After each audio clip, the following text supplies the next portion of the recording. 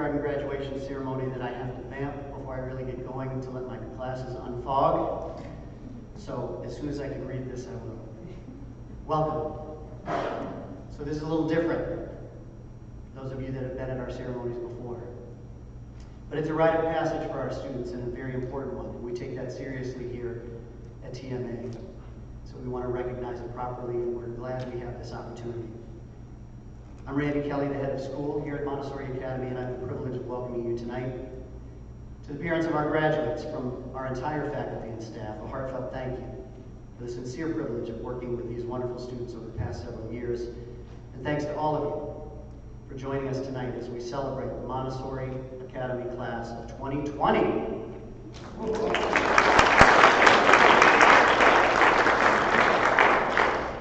Parents, I have been where you are now 3 different times.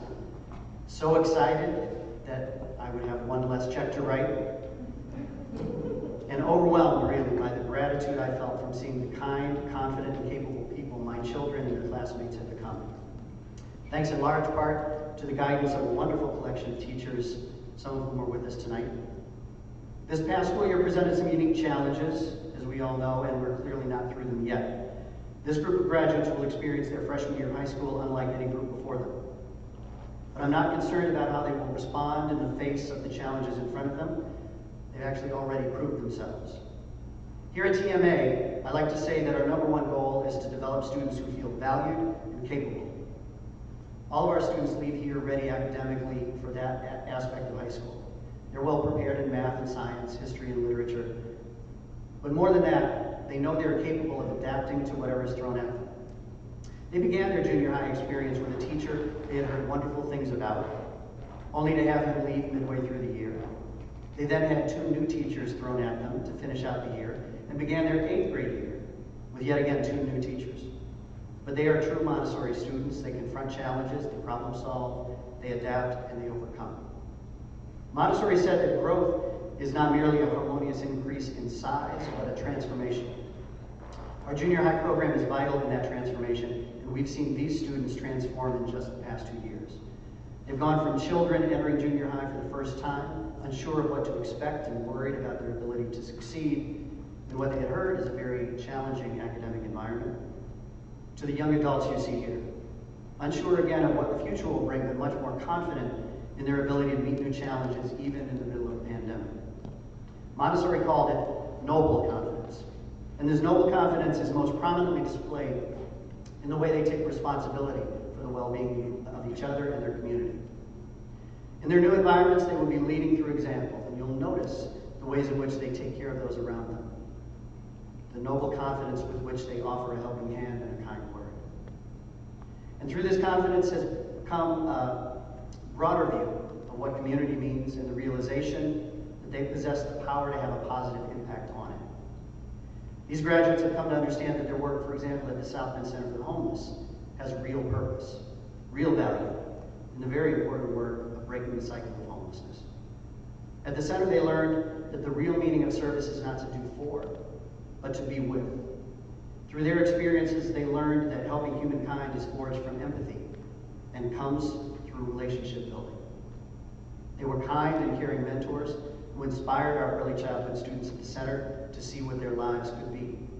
And they were compassionate listeners when hearing the stories of the people there without judgment or preconceptions, helping others find their value by simply being with.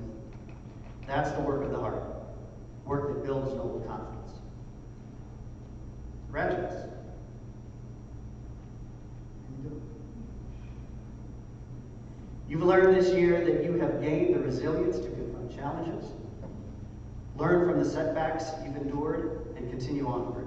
And it's the ability to keep moving forward despite the challenges that will lead to your continued success. So as you move on from Montessori, continue to challenge yourselves. Create opportunities and grab hold of the opportunities that are offered you. I want to thank you all for helping to make our school a better place because of your place in it. So on behalf of all of us here at TMA, congratulations, class of 2020.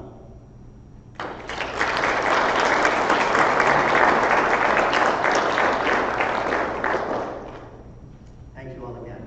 At this time, time, I'd like to bring up Dr. Champion to offer some words on behalf of our Board of Directors. Dr. Champion.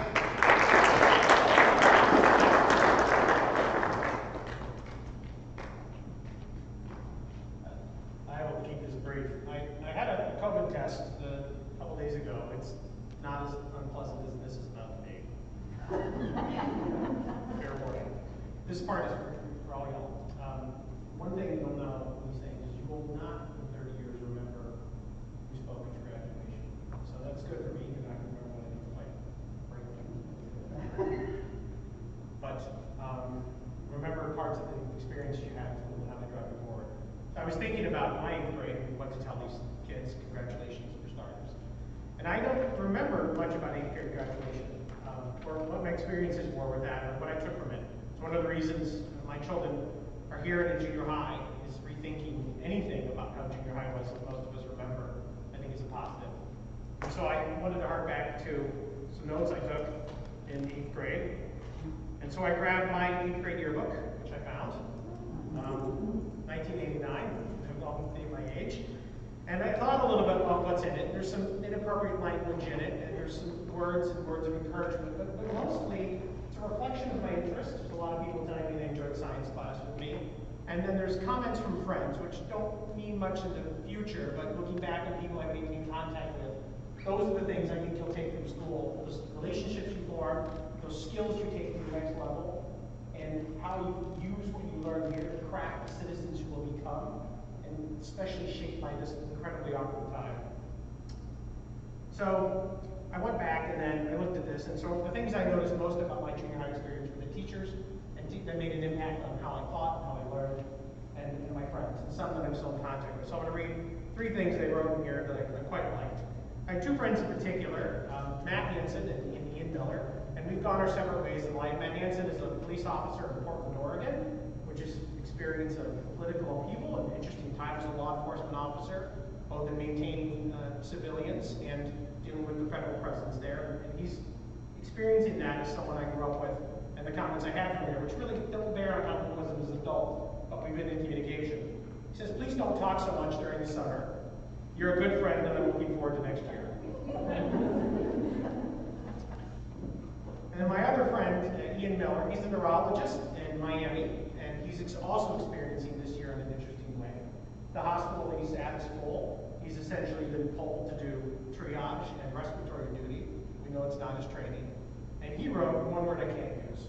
Matt, I hope you have a real good summer. Don't get caught doing anything illegal. You are a good friend, even in the end if you're completely inappropriate pejorative word used in the 80s. And those friendships I hold dear, and those are the parts of my junior high I value most in the experiences I did. What you have here is this tight-knit group you'll take with you, the memories of that you'll take with you, and the experiences of how we'll let this year shape the adults you're going to become, I think are really crucial for me.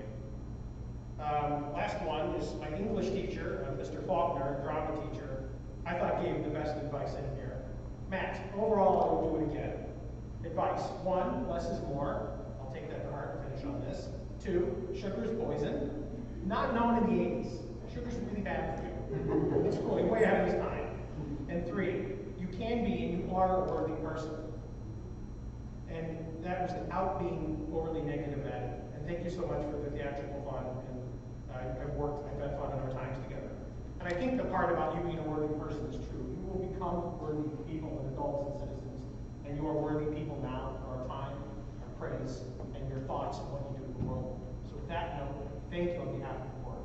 And congratulations on this next step in this path you take as students, lifelong students, future teachers, doctors, lawyers, citizens, and to move to high school. Thank you.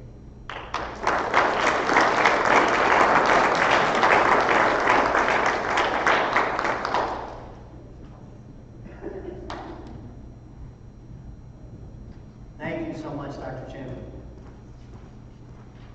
I think at this time, yes, I'm worried about that. That's good. Speaking of worthy people, people who've moved on from you, at this time I'd like to introduce tonight's keynote speaker. Tonight's address will be given by the extraordinarily fabulous, did I get that right? Okay.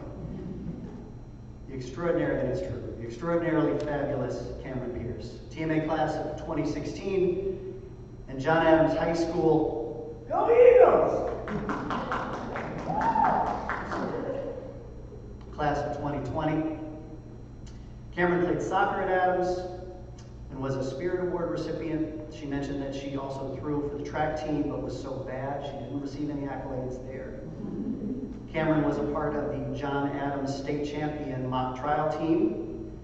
And during her career in mock trial, she won 9 witness awards at state and regional competitions. If you've had the chance to see her on stage, that wouldn't surprise you. Because speaking of stage credits, Cameron has performed Shakespeare in London at the Globe Theatre and in Stratford-upon-Avon at the Bard's Birthplace. Cameron will be attending IU Bloomington in the fall, and it is my sincere pleasure to introduce Cameron Pierce.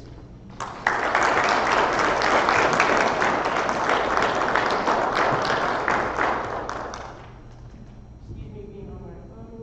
That's where my speech is. All right, so hello, my name is Cameron Pierce. First of all, congratulations to the graduating class of 2020. You guys are all wonderful people and will do wonderful things in your lifetime, not just because of your Montessori education, but because of who you are as people. Now, Mr. Kelly asked me to give this speech, and he said I couldn't go past 10 minutes, but he never said how short it could be, so we're going to try and make this brief. You're all here for your children, not for me, so let's get into it. At first, I was baffled when Mr. Kelly asked me to give this speech. For starters, he emailed me about less than 4 days ago, so excuse me if any of this seems a little unpolished.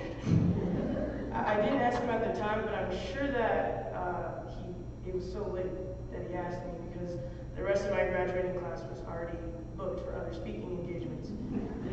But what was really a great deal of concern to me was that I'd never given a commencement speech before, and I certainly wasn't listening to whoever gave my commencement speech just a mere 4 short years ago.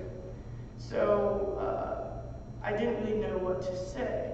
I was much too excited about the prospects to come. I wasn't listening to them. I was too excited about the scary yet grandiose nature of high school and the feeling of royalty at having the title of freshman, and most importantly, wrestling with the feelings of leaving a place that I call home, a place of comfort and familiarity.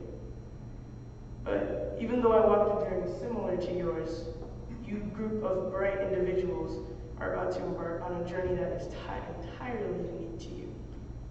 A journey that I can't even fathom. Your freshman year will look much different than your mom's, and it will look much different than mine did. That feeling of bubbling anticipation and anxiety at the idea of making friends in class is now being replaced by the fear of spending another semester tied to a computer.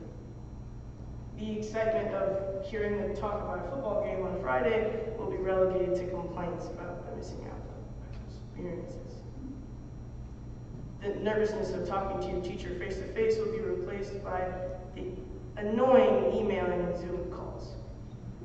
And I'm sorry, but really, this is one of those times that I hope I actually am wrong about those things. But trust me when I say I understand the question, why me, why now? And while I don't have the answers, I don't think you expected me to.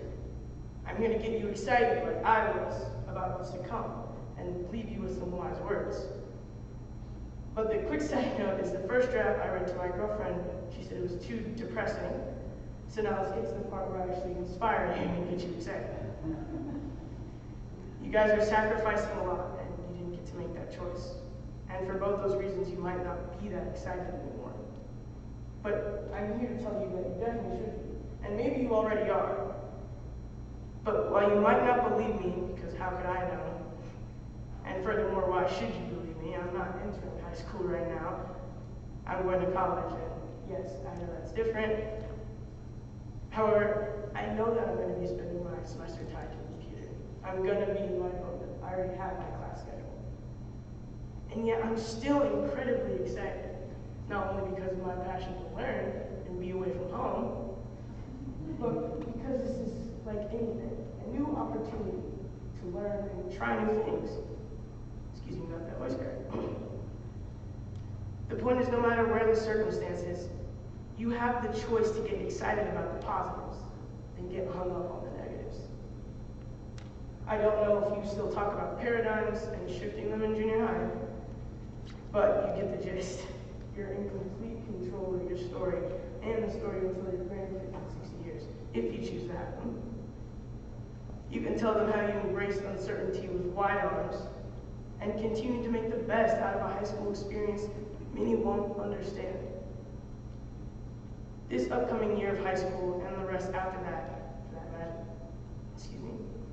do not have to be a time when you look back in your life and feel like you missed out on experiences that other people had.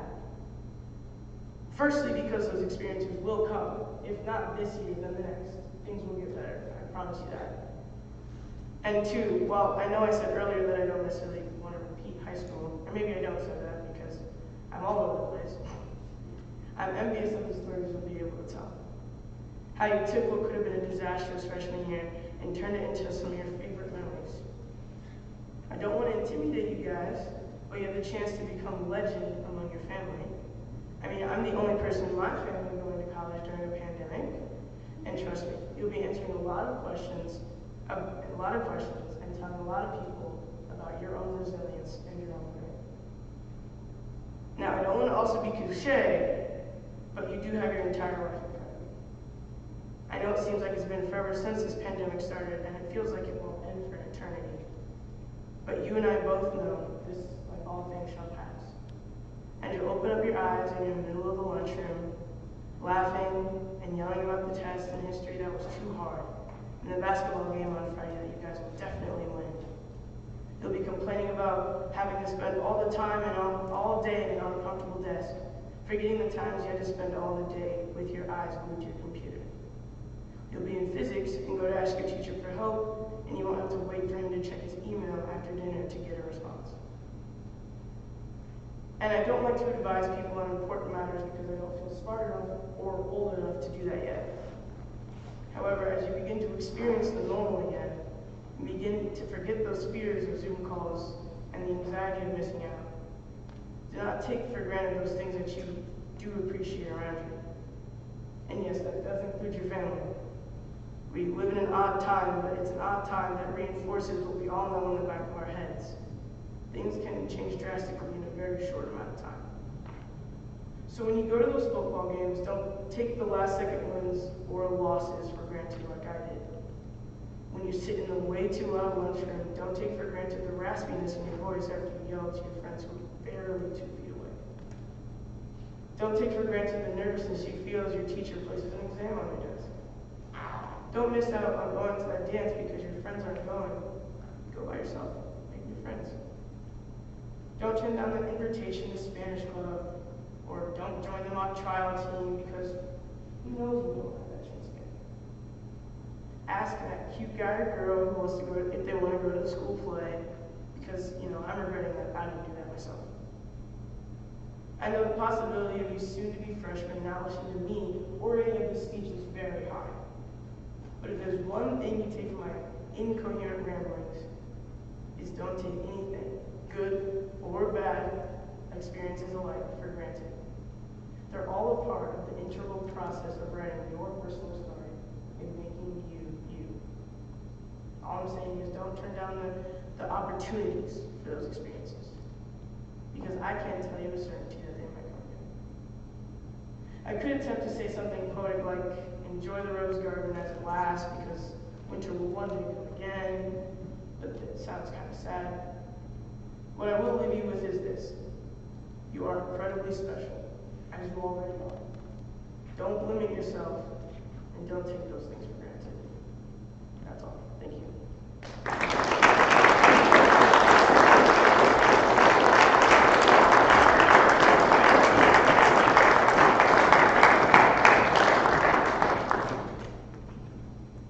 Cameron Pierce. And Cameron was absolutely my first choice. I just knew she could knock it out in 4 days because so, so much. That's why when I was teaching in junior high, I never liked being the next speaker. Following our graduates was always very difficult, as you noticed tonight. So, there you go, Miss Kate. Glad it's not me anymore. I'm a little disappointed it wasn't in Iambic pentameter, but it was really beautiful anyway. Thank you. At this time, I'd like to welcome to the podium our junior high humanities teacher, Ms. Kate.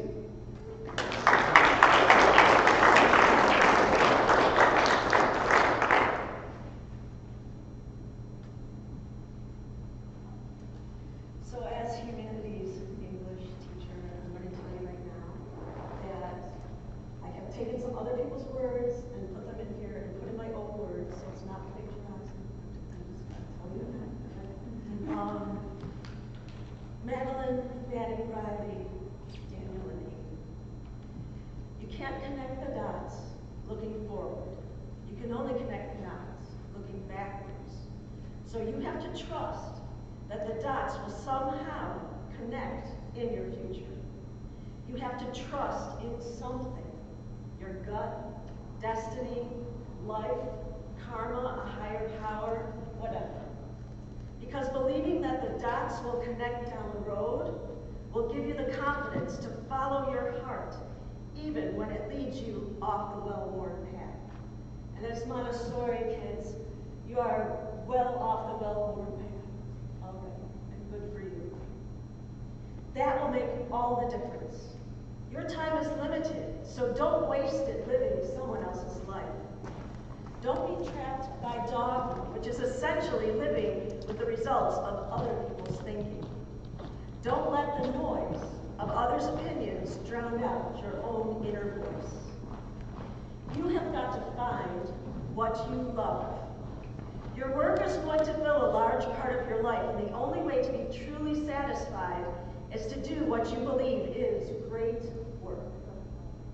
The only way to do great work is to love what you do. If you haven't found it yet, keep looking and don't settle. Have the courage to follow your heart and intuition. They somehow already know what you truly ought to become. You're going to have some ups, you're going to have some downs. Most people give up on themselves easily. Do you know the human spirit is powerful? There is nothing as powerful. It is hard to kill the human spirit. And anybody can feel good when you have your health, when their bills are paid, when you have the newest iPhone, when you have happy relationships, when everything's going how you expected. Anybody can be positive then. Anybody can have a larger vision then. Anybody can have faith under those kinds of circumstances. The real challenge of growth, mentally, emotionally, and spiritually, comes when you get knocked down, when challenges come up, when life gets difficult. It takes courage to continue forward with your great work. So Madeline, Maddie, Riley, Daniel, and Aiden, you have courage. You are resilient. You have worked so hard in your studies. I cannot wait to see how the dots connect in your life. I know the picture those dots will create will be full of hope for the world and full of promise for humanity, and completely your own. Dream big and love what you do. Congratulations. Please come back soon and visit your Montessori family. We love you.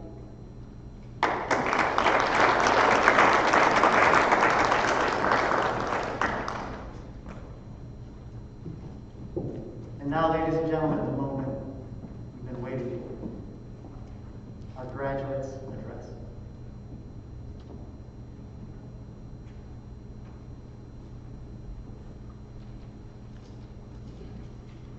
Hello.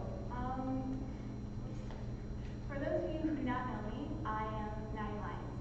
Compared to the rest of the students here, I am relatively new, arriving sometime in January last year. I forgot. Before I came to Edison Lakes, I bounced around from school to school. I went to my local elementary for kindergarten to second grade, went to a Montessori school for third grade that closed down, was tutored for fourth to fifth grade, went to two different schools for sixth grade that both closed down, finally ended up here at the tail end of 7th grade. When I started, I had not really been part of a classroom for many years, so everything was foreign to me, from lockers to the curriculum to my classmates. I felt incredibly out of my depth, but there was one person that helped me feel comfortable, Madam Dewick. She came up to me on my 3rd day and pulled out her chapstick collection and explained to me in great detail about her different chapsticks. After that, it was kind of hard not to be friends. After I transitioned into 8th grade, I became friends with Micaiah and Julia, sort of tagged deal that came with Madeline. Most of our time was spent together in the bathroom while boarding our work. I like spending time in art class a lot. I like painting and learning about different types of art and cultures. I would make sure I was always there on Wednesday so I could spend time creating cool things. I like block printing and independent projects. I also really like music class and the plastic trumpets they let us play. Sound like a herd of dying donkeys, but I liked it. I would like to express my thanks to the people that made my experience at TMA enjoyable. To Madeline, Micaiah, and Julia, thank you for being entertaining and supportive. To Miss Kate, thank you for teaching me about the different religions and cultures around the world, not just America and Western Europe. To Mr. Poole, thank you for teaching me about math, even if I forgot it most of a day later. To Mr. Hammer, thank you for teaching me about space and other important topics. To Mr. Kelly, thank you for being such a good principal. To Mr. Chapman, thank you for teaching me about different art styles and being patient. To Mr. Sweeney, thank you for being patient and humorous with us while teaching us music and Spanish. To Mr. Miller, thanks for creating and having us play a bunch of fun games and pushing me to my limit. To my parents and grandparents, thanks for driving me to and from school every day, even if it was a bit of a hike. I will miss the school and the wonderful people I met and the memorable experience I had, but I am excited to continue on with my life.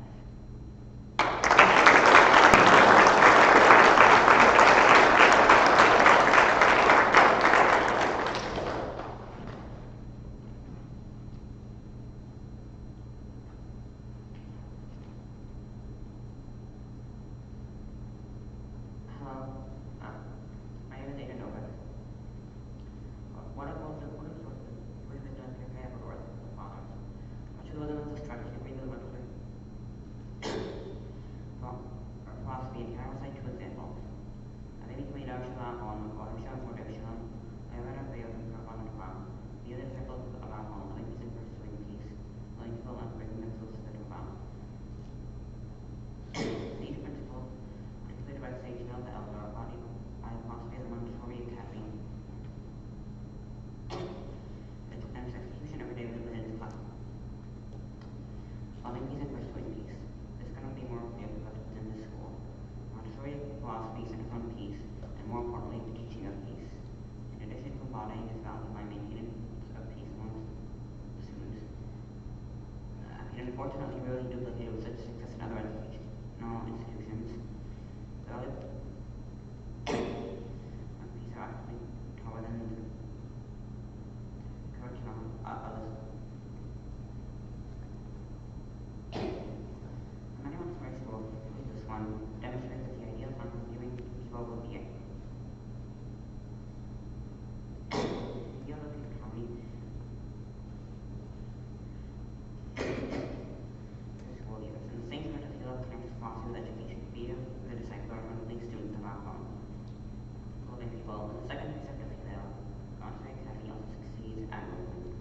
Montessori Academy is unique in the fact that almost always all students respect one another. I, like many other students, can say that I've never endured any instance of mistreatment at the hands of another student. This is where mutual respect for me, my education. A sort of education which serves not merely to impart practical knowledge to students, but also to shape their ideal of value and to be the proper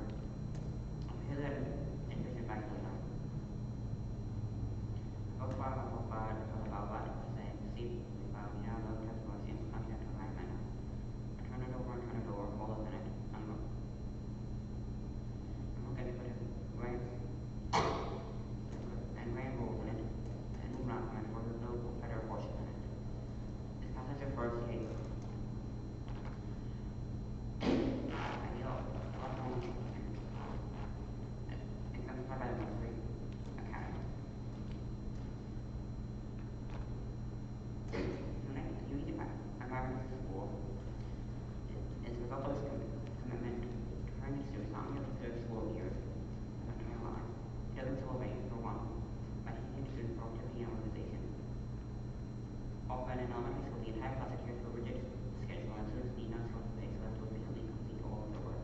However, in the Montessori Academy, from first grade to eighth grade, students are allowed to write their day, or they wish, limited only by deadline.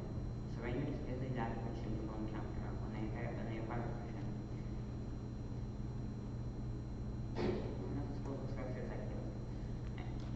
I'm grateful to my teachers for continuing work in the organization, and I'm certain that these will be used throughout my life. Part of this idea of lifelong learning, Montessori Academy also regards education not merely as the ability to access knowledge, rather as a skill. Instead of education, particularly obvious in some areas, for example, art, music, and physical education. However, it's also listed in many others. In science, for example, the Montessori Academy, the Montessori curriculum places great emphasis on scientific method, where skills are required. In mathematics, the skill is paramount. In the humanities, the curriculum also requires creativity, such as class projects and even at level. It's important for students to be successful in life, and memorization is not most important, but rather than knowledge of skill. I would like to thank all my teachers for bringing a great education to perfectly all spaces to be my classmates, for all things about my education here, for providing an environment for students to learn.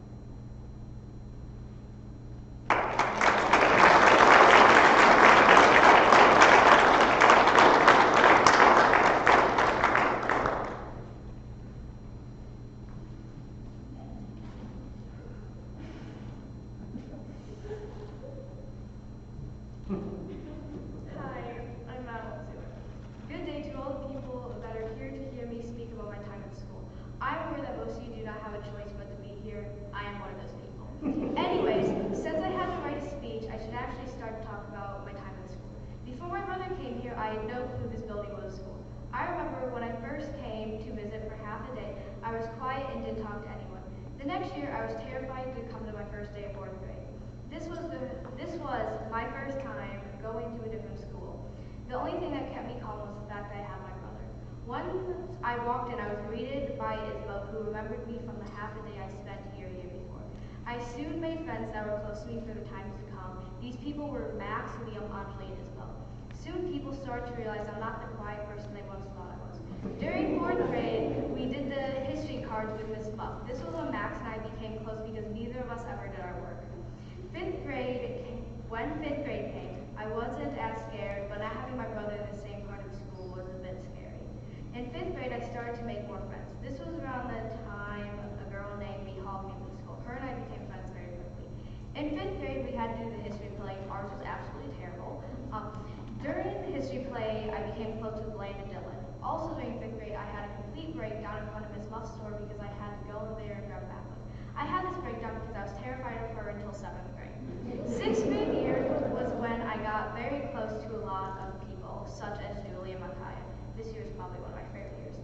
7th grade was not one of my best years. I didn't have a lot of friends. I became close with Daniel and Maddie, showed up halfway through the year. I asked Maddie to see my chapstick collection, and then we became friends. In 7th grade, I also did my science project with Daniel and Aiden, and I would like to say they were very good partners in that. 8th grade was, to say the least, an interesting year, or year and a half. I got close with everyone in the class and spent a lot of time hanging out with friends outside of school, which I never did before this year. I also got very close with the chair in Mr. Kelly's office.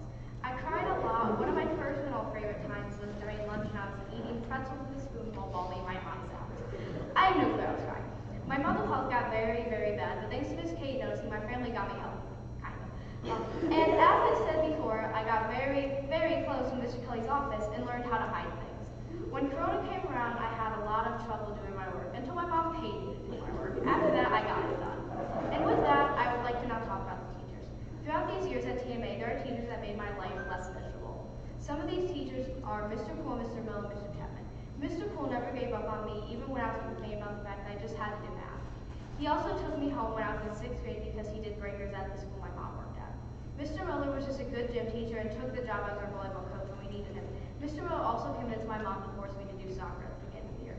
Mr. Chapman is the art teacher, and art was the way I learned how to express my feelings without actually talking about them.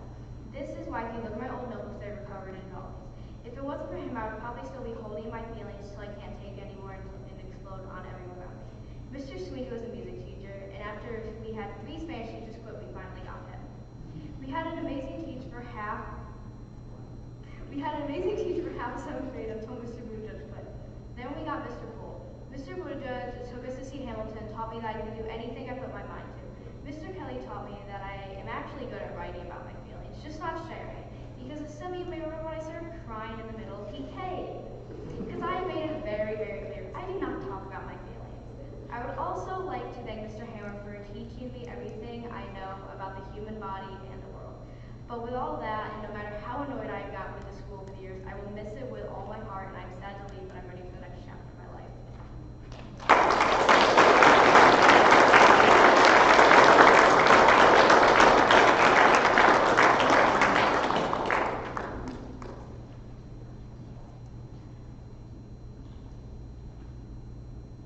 Hi, my name is Daniel, and I would like to start off by talking about my first year here in the 3rd grade, where I met Miss Darmgray and Miss Pilato, and they were my teachers, and they were great ones. They were very accommodating to me, but they were also from when they needed to be, so I could become the person I am today. Even though I can't remember too much about it, I remember that one of my good friends that came back this year, or I came back and he moved up to 7th grade while I was in 8th grade, was Mason Baldwin. And he was a very good friend in 3rd and this year. But when sleep year was done, I was very scared about going to this mushroom because my sister scared me to death. And then once I got there, I adjusted and it was a lot better than I thought it would be, because Miss Muffalo was a great teacher to have, pushing me and my other students to do the best we could. Sadly, then I had to leave for about 2 years to a different school, and finally came back and met Mr. Buttigieg.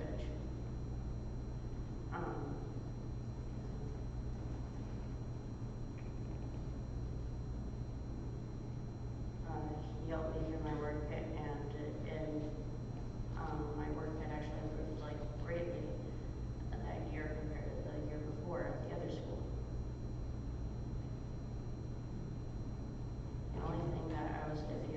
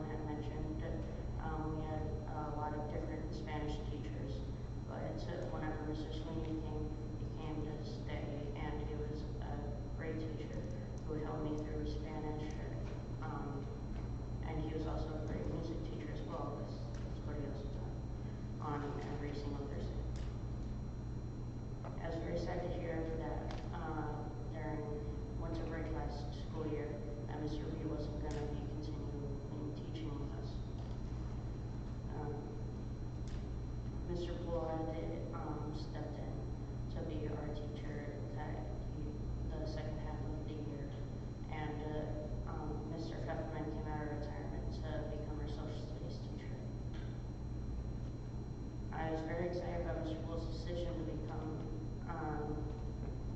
the new homeroom teacher in Mr. Buttigieg's place. Not only did he do a great job teaching, but also he showed just as much focus and devotion to our math classes as he did before he volunteered. That year, the next year, Miss Hill had left for retirement, and Mr. Hammer was able to step in. He was a great teacher and did send very much homework back home, which I really liked because I was not that great at it at all.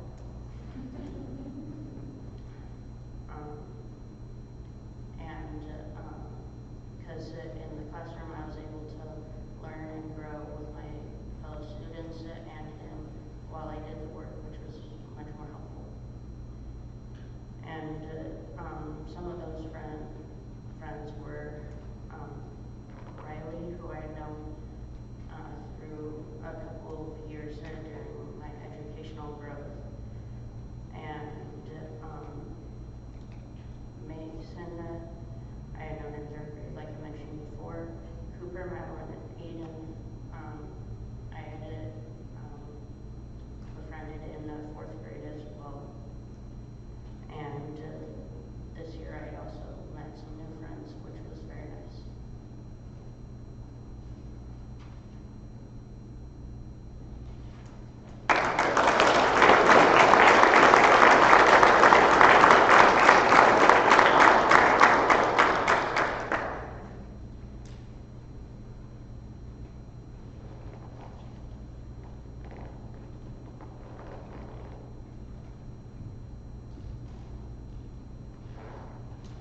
Hey, my name is Riley.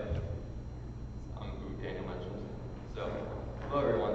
You may have seen me around, perhaps if it's in the office getting told what not to do, or seeing me run around the halls. Time has finally come for me, along with my classmates, to graduate.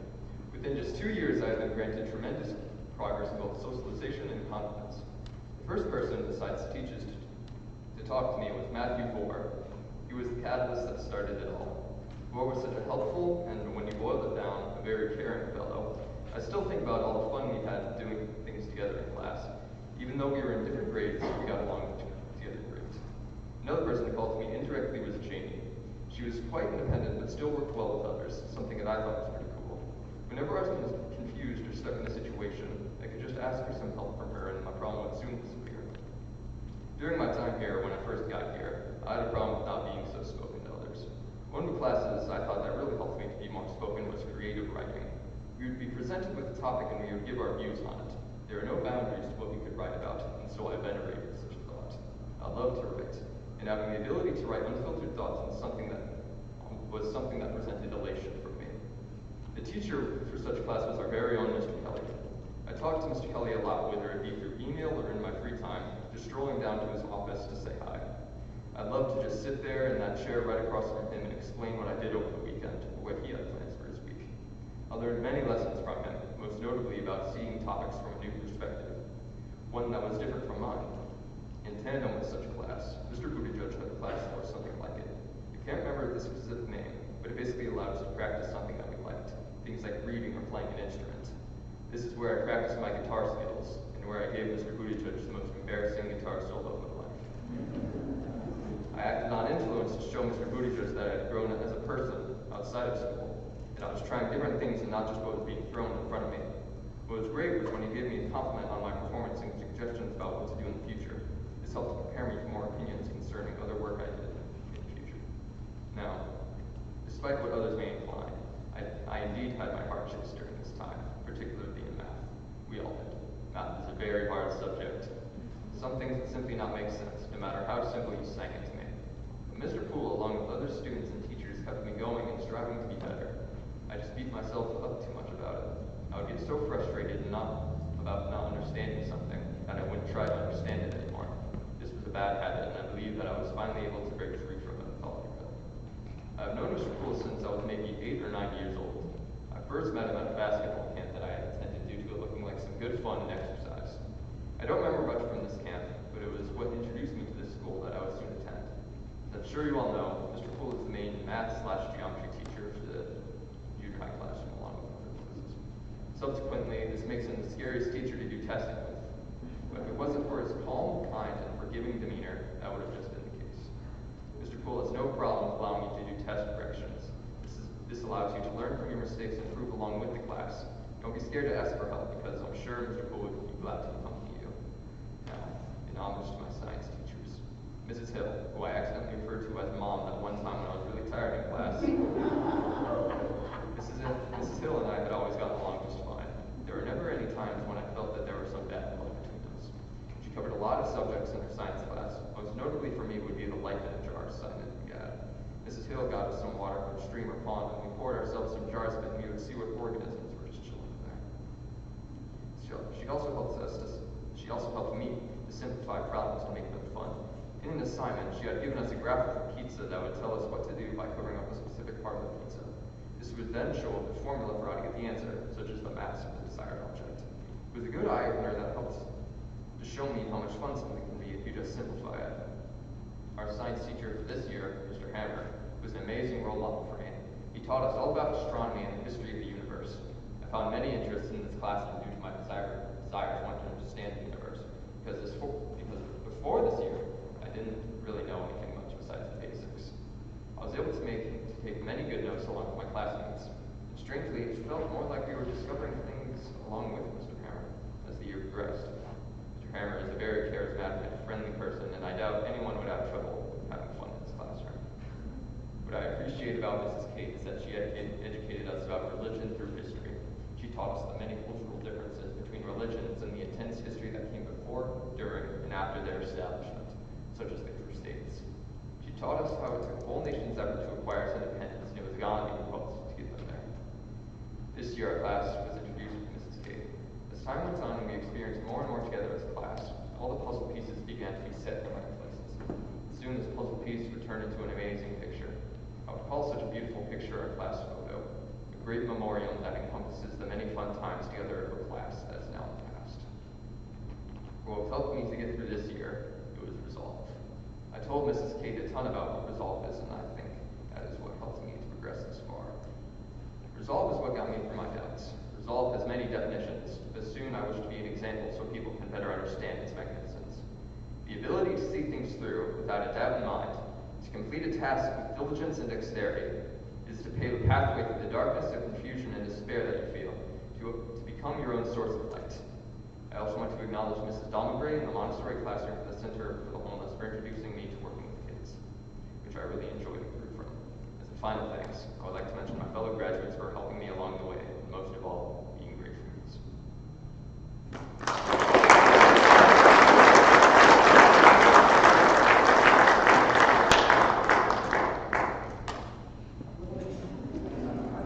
I forgot.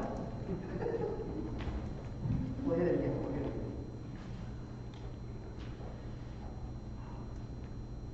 Every year, I'm so touched and moved by the speeches of our graduates. This year was no different. Those were wonderful. Thank you so much. So you see what I'm talking about, and why I love being here every day, to be able to work with students like this. At this time, we will present our diplomas.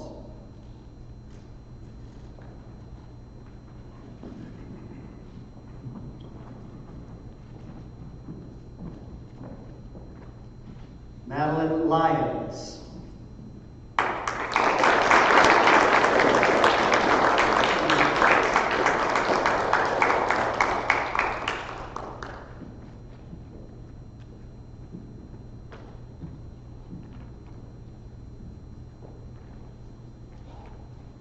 Aiden Novick.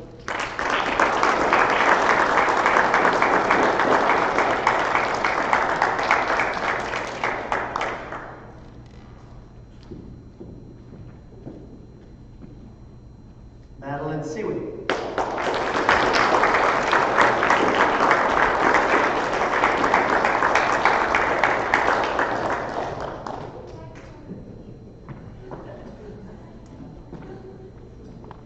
Daniel Weiss.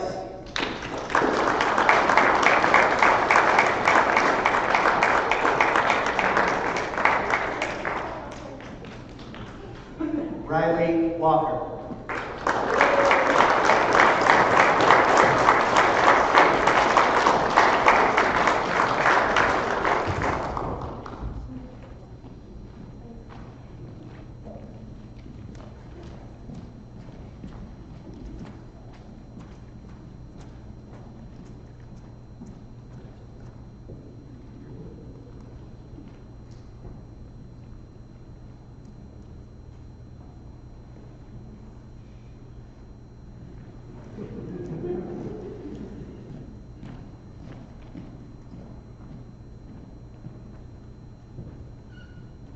Ladies and gentlemen, thank you again so much for being here tonight. At this time, I'd like to present the Montessori Academy graduating class 2020.